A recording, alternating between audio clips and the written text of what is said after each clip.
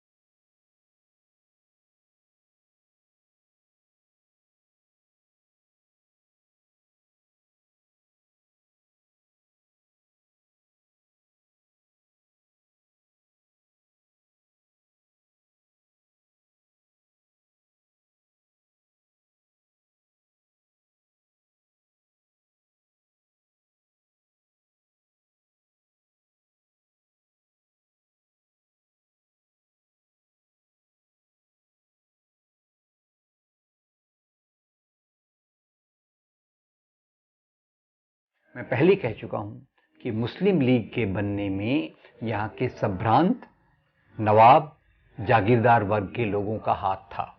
वैसे ही हिंदू महासभा के बनने में यहाँ के बड़े जमींदार और राजाओं का हाथ था। मैं पहले ही बता चुका हूं कि ये दोनों प्रकार के लोग पहले यूनाइटेड इंडिया पैट्रियोटिक एसोसिएशन में एक साथ थे। खैर, तो मुस्लिम लीग को शुरू में आम मुसलमानों ने कोई साथ नहीं दिया। मुस्लिम लीग और हिंदू महासभा के बीच जो वार्तालाप हुआ, जो बात चली, बार बार उन्होंने एक प्रकार के मूल्यों की बात की। इनमें जो विरोध है वो केवल अपने अपने शक्ति के क्षेत्रों का है। इनके मूल्यों में किसी प्रकार का कोई फर्क नहीं है। यहाँ ग्रुप ए के लोगों ने एक भारत जो धर्मनिरपेक्ष हो, जो लोकतंत्र हो, उसकी बात की, और जिन्ना ने दो राष्ट्र के सिद्धांत का प्रतिपादन किया। सावरकर और हिंदू महासभा के लोगों ने भी दो राष्ट्रों के बात को मान्यता दी।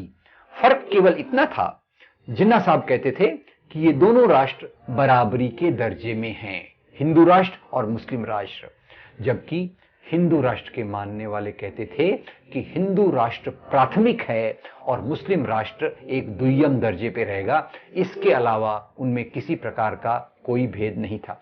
एक मजेदार बात तो ये है कि राजाओं और नवाबों में एक बार चर्चा चल रही थी और किसी ने कह दिया कि पार्टीशन क्यों होना चाहिए, हम तो एक ही देश में रह सकते हैं। तो एक मुसलमान नवाब ने कहा, अरे पार्टीशन में क्या प्रॉब्लम है, पार्टीशन के बाद आप हिंदू उधर हो जाना और हम मुसलमान इधर हो जाएंगे और इन दलितों को हम आधा आधा बांट लेंगे, आधी तुम्हारी सेवा करेंगे, आधे हमारी सेवा करेंगे। तो इस प्रकार से उनके सामाजिक मूल्यों में कोई किसी प्रकार का फर्क नहीं था। खैर, पर भारत के आम मुसलमानों ने मुस्लिम लीग का साथ नहीं दिया। आपको बताना चाहूंगा, 1937 में जब असेंबली में चुनाव हुए, उस समय भारत में मुसलमानों का प्रतिशत था करीब 25%। इसमें से केवल 3.6% मुसलमानों ने मुस्लिम लीग का साथ दिया।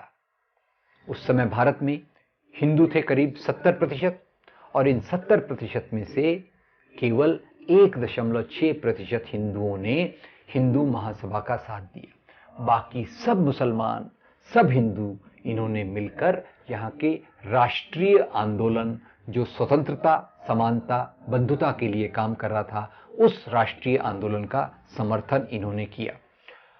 1940 में मोहम्मद अली जिन्ना ने पाकिस्तान की मांग का प्रस्ताव मुस्लिम लीग में पास करवाया।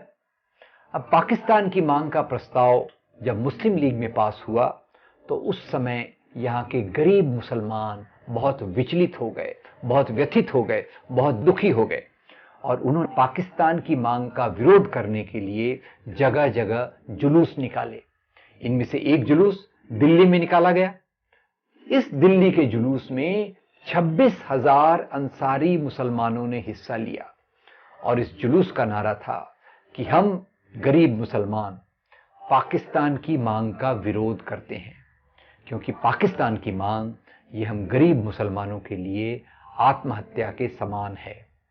ये 1940 की बात है। बाद में इसी प्रकार से हिंदू राष्ट्र की बात का भी यहाँ के आम हिंदुओं ने कोई समर्थन नहीं किया। पर एक तीसरी बात चल रही थी और वो बात थी अंग्रेजों की बांटो और राज करो की नीति। अंग्रेजों की बांटो और राज करो की नीति के चलते यहाँ समाज में एक प्रकार से बदलाव आने लग गया। समाज में एक प्रकार से पार्टीशन, एक प्रकार से विभाजन आने लग गया।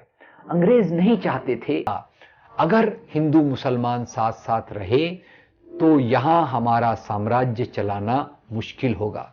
तो उन्होंने साम्राज्यवादियों द्वारा एम्पायर्स जो नीति अपनाते हैं उस नीति को यहाँ अपनाया और वो नीति क्या थी? बांटो और राज करो। इसी के चलते अंग्रेज सत्ता ने न कभी मुस्लिम लीग पर कोई बंधन डाला, न कभी हिंदू महासभा आरएसएस पे बंधन डाला। आपको याद होगा आजादी के आंदोलन के दौरान भगत सिंह शहीदों ने अंग्रेजों के खिलाफ फांसी के फंदे को चूमा।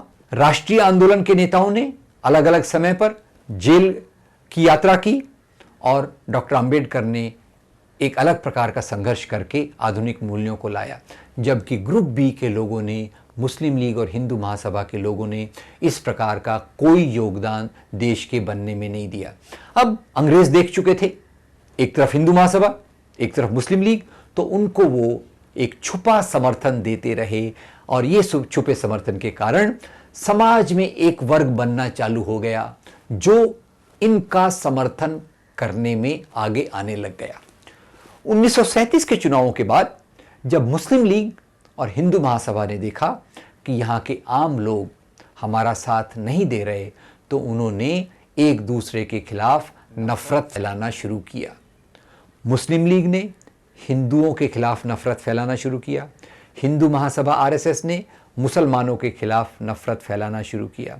इस नफरत की प्रक्रिया से समाज में जो दंगे चल रहे थे वो और तेजी से चलने लग गए और ये सांप्रदायिक दंगे वो खतरनाक प्रक्रिया थी जिनके सामने महात्मा गांधी जैसे राष्ट्रपिता को भी घुटने टेक कर चुपचाप इस बात को सहना पड़ा कि भारत माँ के दो टुकड़े हो रहे।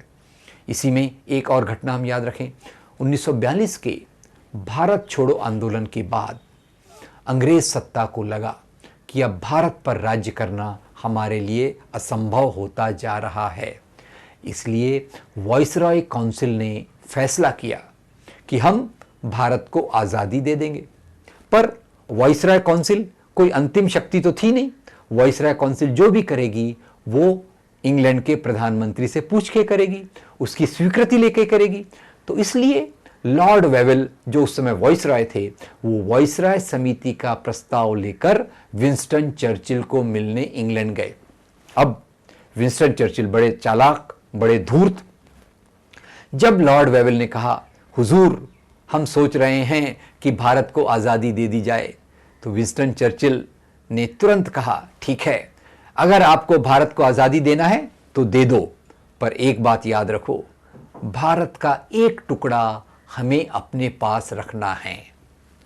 आप समझ गए होंगे मैं किस टुकड़े की बात कर रहा हूं, और ये टुकड़ा था पाकिस्तान, जिसमें पहले अंग्रेजों का और बाद में अमेरिकन सत्ता का एक प्रकार से वर्चस्व बना रहा।